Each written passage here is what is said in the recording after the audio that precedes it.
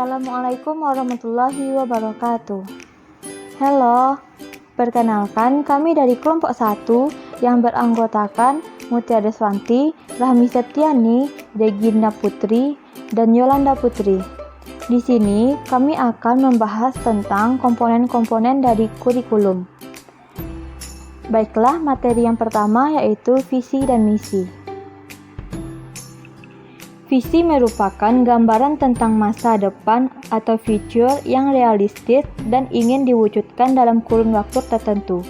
Visi adalah pernyataan yang diucapkan atau ditulis hari ini yang merupakan proses manajemen saat ini yang menjangkau masa yang akan datang.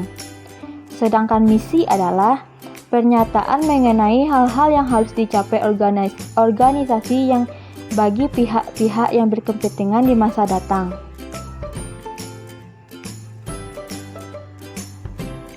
Bagi sekolah, visi adalah imajinasi moral yang menggambarkan profil sekolah yang diinginkan di masa datang. Imajinasi ke depan seperti itu akan selalu diwarnai oleh peluang dan tantangan yang diyakini akan terjadi di masa datang. Dalam mengembangkan visinya, kepala sekolah harus mampu mendayagunakan kekuatan-kekuatan yang relevan bagi kegiatan internal sekolah. Kekuatan-kekuatan tersebut dapat dibagi dalam 2 kelompok. Yang pertama yaitu kekuatan yang berhubungan dengan apa yang sedang berlangsung di luar sekolah. Yang kedua, kekuatan yang berhubungan dengan klien pendidikan yaitu latar belakang sosial, aspirasi, keuangan, dan sumber-sumber masyarakat dan karakteristik lingkungan. Selanjutnya yaitu tujuan pendidikan. Dalam Permendiknas nomor 22 tahun 2007 dikemukakan bahwa tujuan pendidikan tingkat satuan pendidikan dasar dan menengah dirumuskan mengacu kepada tujuan umum pendidikan berikut.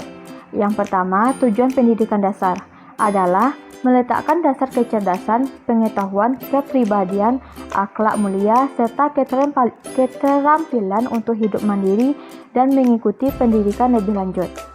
Yang kedua yaitu tujuan pendidikan menengah adalah meningkatkan kecerdasan, pengetahuan, kepribadian, akhlak mulia, serta keterampilan untuk hidup mandiri dan mengikuti pendidikan lebih lanjut. Yang ketiga adalah tujuan pendidikan menengah kejuruan adalah meningkatkan kecerdasan, pengetahuan, kepribadian, akhlak mulia, serta keterampilan untuk hidup mandiri dan mengikuti pendidikan lebih lanjut sesuai dengan kejuruannya. Tujuan pendidikan institusional tersebut kemudian dijabarkan lagi ke dalam tujuan kurikuler, yaitu tujuan pendidikan yang ingin dicapai dari setiap mata pelajaran yang dikembangkan di setiap sekolah atau satuan pendidikan. Materi yang ketiga yaitu tentang standar kompetensi. Standar kompetensi mata pelajaran adalah deskripsi pengetahuan, keterampilan, dan sikap yang harus dikuasai setelah siswa mempelajari mata pelajaran tertentu pada jenjang pendidikan tertentu pula. Menurut Abdul Majid, standar kompetensi merupakan kerangka yang menjelaskan dasar pengembangan program pembelajaran yang terstruktur. Yang keempat yaitu materi tentang kompetensi dasar.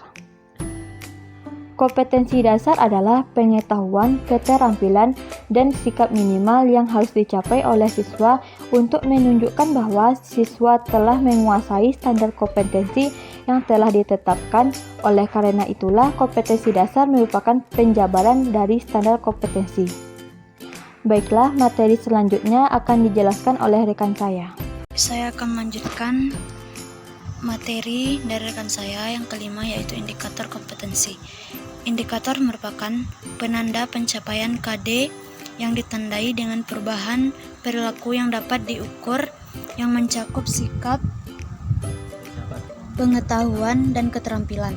Indikator dikembangkan sesuai dengan karakteristik peserta didik, mata pelajaran, satuan pendidikan, potensi daerah, dan dirumuskan dalam kata kerja operasional yang terukur dan atau dapat diobservasi.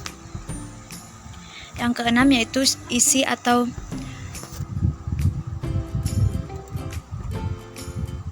mata pelajaran. Isi program kurikulum adalah segala sesuatu yang diberikan kepada anak didik dalam kegiatan belajar mengajar dalam rangka mencapai tujuan. Isi kurikulum meliputi jenis-jenis bidang studi yang diajarkan dan isi program masing-masing bidang studi tersebut. Bidang-bidang studi tersebut disesuaikan dengan jenis, jenjang maupun jalur pendidikan yang ada. Kriteria yang dapat membantu pada perancang kurikulum dalam menentukan isi kurikulum. Kriterianya itu adalah: A. Isi kurikulum harus sesuai, tepat, dan bermakna bagi perkembangan siswa. B. Isi kurikulum harus mencerminkan kenyataan sosial. C. Isi kurikulum harus mengandung pengetahuan ilmiah yang tahan uji. D. Isi kurikulum mengandung bahan pelajaran yang jelas. D. Isi kurikulum dapat menunjang tercapainya tujuan pendidikan.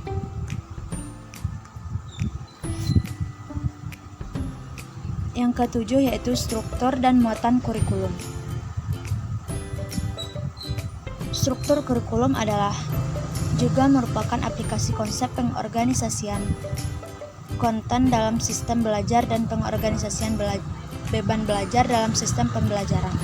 Pengorganisasian konten dalam sistem belajar yang digunakan untuk kurikulum yang akan kadang datang adalah sistem semester, sedangkan pengorganisasian beban belajar dalam sistem pembelajaran berdasarkan jam pelajaran per semester.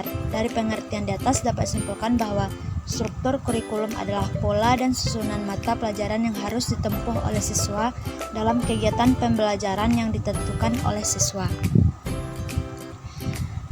Yang kedelapan yaitu pengaturan beban belajar. Beban belajar adalah satuan pendidikan pada semua jenis dan jenjang pendidikan menyelenggarakan program pendidikan dengan menggunakan sistem paker atau sistem kredit semester. Kedua sistem tersebut dipilih berdasarkan jenjang dan kategori satuan pendidikan yang bersangkutan. Baiklah, selanjutnya akan dijelaskan oleh rekan saya. Baiklah, di sini saya akan melanjutkan materi selanjutnya, yaitu pengembangan muatan lokal. Di sini terdapat dua definisi mengenai muatan lokal, yaitu menurut Dirjen Kurikulum dan menurut Dakir. Menurut Dirjen Kurikulum, muatan lokal adalah kurikulum yang diperkaya dengan materi pelajaran yang ada di lingkungan setempat. Sedangkan menurut Dakir, kurikulum muatan lokal itu program dan pendidikan yang isi dan penyimpanannya dikaitkan dengan lingkungan alam dan lingkungan budaya, serta kebutuhan daerah dan wajib dipelajari oleh murid di daerah itu.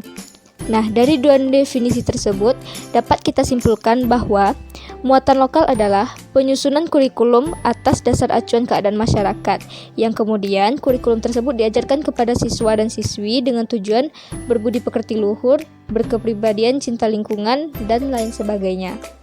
Selanjutnya yaitu tentang kegiatan pengembangan diri. Pengembangan diri adalah kegiatan yang bertujuan memberikan kesempatan kepada peserta didik untuk mengembangkan dan mengekspresikan diri sesuai dengan kebutuhan, bakat, dan minat setiap peserta didik. Salah satu wahana untuk mewujudkan tujuan tersebut dapat diaplikasikan dalam kegiatan belajar pembiasaan sebagaimana yang telah diperkenalkan dalam kurikulum berbasis kompetensi terdiri dari 3 kegiatan, yaitu kegiatan rutin. Kegiatan rutin adalah kegiatan yang dilakukan secara reguler, baik di kelas maupun di luar kelas. Kegiatan rutin ini bertujuan untuk membiasakan anak mengerjakan sesuatu dengan baik. Yang kedua yaitu kegiatan spontan. Kegiatan spontan dapat dilakukan kapan saja dan di mana saja. Kegiatan ini bertujuan untuk memberikan pendidikan pada saat itu juga, terutama dalam disiplin dan sopan santun serta kebiasaan baik lainnya. Yang ketiga, kegiatan teladan.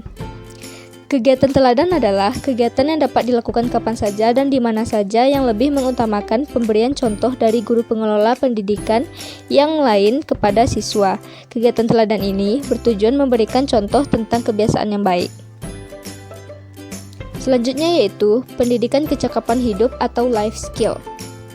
Mengenai pengertian pendidikan life skill atau pendidikan kecakapan hidup, terdapat perbedaan pendapat, namun esensinya tetap sama. Berikut pengertian pendidikan life skill menurut para ahli. Yang pertama yaitu menurut Brolin. Life skill adalah yaitu sebagai kontinum pengetahuan dan kemampuan yang diperlukan oleh seseorang agar menjadi independen dalam kehidupan. Pendapat lain mengatakan bahwa life skill juga merupakan kecakapan yang harus dimiliki oleh seseorang agar dapat bahagia dalam kehidupan. Yang kedua yaitu menurut Malik Fajar yang mengatakan bahwa life skill adalah kecakapan yang dibutuhkan untuk bekerja selain kecakapan dalam bidang akademik. Yang ketiga yaitu menurut Slamet PH yang mendefinisikan kemampuan, kesanggupan, dan keterampilan yang diperlukan oleh seseorang dalam menjalankan kehidupan dengan nikmat dan bahagia. Nah, dari pengertian-pengertian oleh para ahli dapat kita simpulkan bahwa life skill adalah sebuah keterampilan yang dimiliki oleh seseorang dalam memecahkan masalah dan mengembangkan segala potensi yang ada. Selanjutnya yaitu tentang ketuntasan belajar. Ketuntasan belajar adalah keadaan di mana siswa habis menguasai seluruh kompetensi dasar yang ada dalam mata pelajaran tertentu. Ketuntasan belajar setiap indikator yang telah ditetapkan dalam suatu kompetensi dasar berkisar 0-100%. Namun, kriteria ideal ketuntasan untuk tiap-tiap indikator itu yaitu 75%. Satuan pendidikan haruslah menentukan kriteria ketuntasan minimal dengan mempertimbangkan tingkat kemampuan rata-rata peserta didik serta kemampuan sumber daya, pendukung, dan penyelenggaraan pembelajaran. Satuan pendidikan diharapkan meningkatkan kriteria ketuntasan belajar secara terus-menerus untuk mencapai kriteria ketuntasan ideal. Baiklah, untuk materi selanjutnya akan dijelaskan oleh rekan saya. Sistem penilaian. Penilaian merupakan proses yang sistematis dengan mengumpulkan berbagai informasi, baik berupa data angka maupun deskripsi verbal. Dalam Permendikbud nomor 66 tahun 2013 menyebutkan bahwa penilaian harus menjamin yang pertama, perencanaan penilaian peserta didik, pelaksanaan penilaian peserta didik, dan pelaporan hasil penilaian peserta didik. Nah, selanjutnya penilaian hasil belajar oleh pendidik memiliki fungsi formatif dan sumatif. Formatif sendiri yaitu penilaian yang tidak selalu dilaksanakan satu kali setelah menyelesaikan seluruh rangkaian kegiatan pembelajaran. Sedangkan yang sumatif yaitu penilaian yang dilaksanakan setelah menyelesaikan seluruh rangkaian proses pembelajaran. Nah, fungsinya yaitu memantau kemajuan belajar siswa, memantau hasil belajar, mendeteksi kebutuhan perbaikan hasil belajar peserta didik. Sedangkan tujuannya untuk mengetahui tingkat penguasaan kompetensi, menentukan ketuntasan penguasaan kompetensi, menetapkan program perbaikan atau pengayaannya, dan terakhir yaitu memperbaiki proses belajarnya.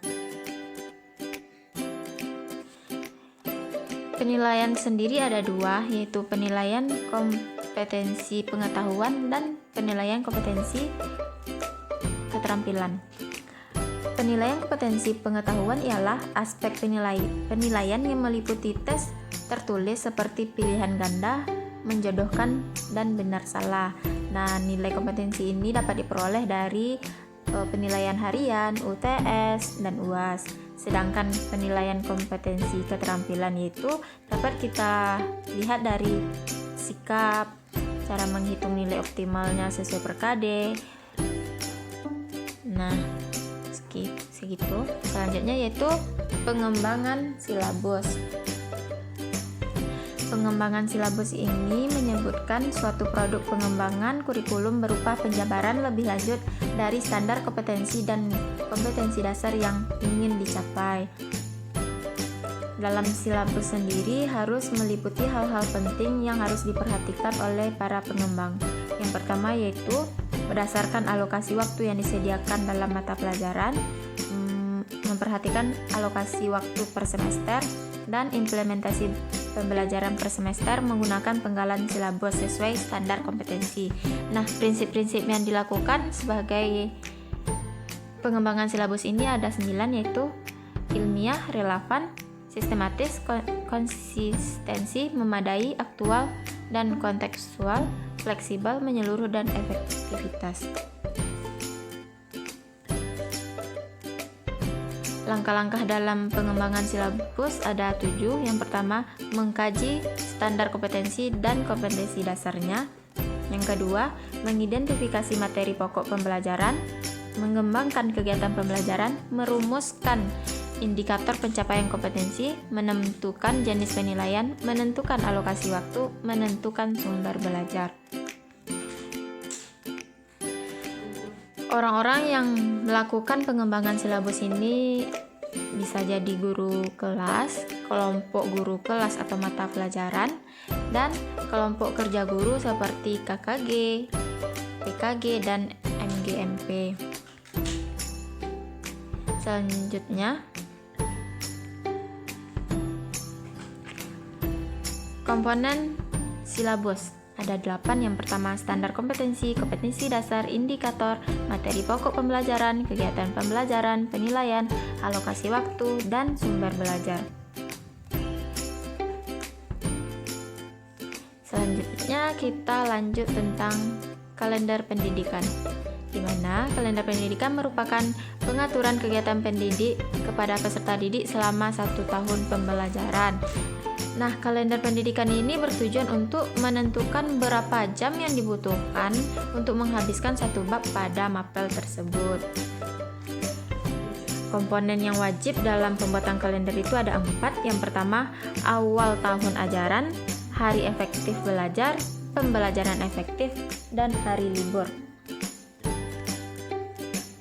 Selanjutnya, cara membuat langkah-langkah membuat kalender pendidikan. Yang pertama, menghitung minggu dalam 1 semester.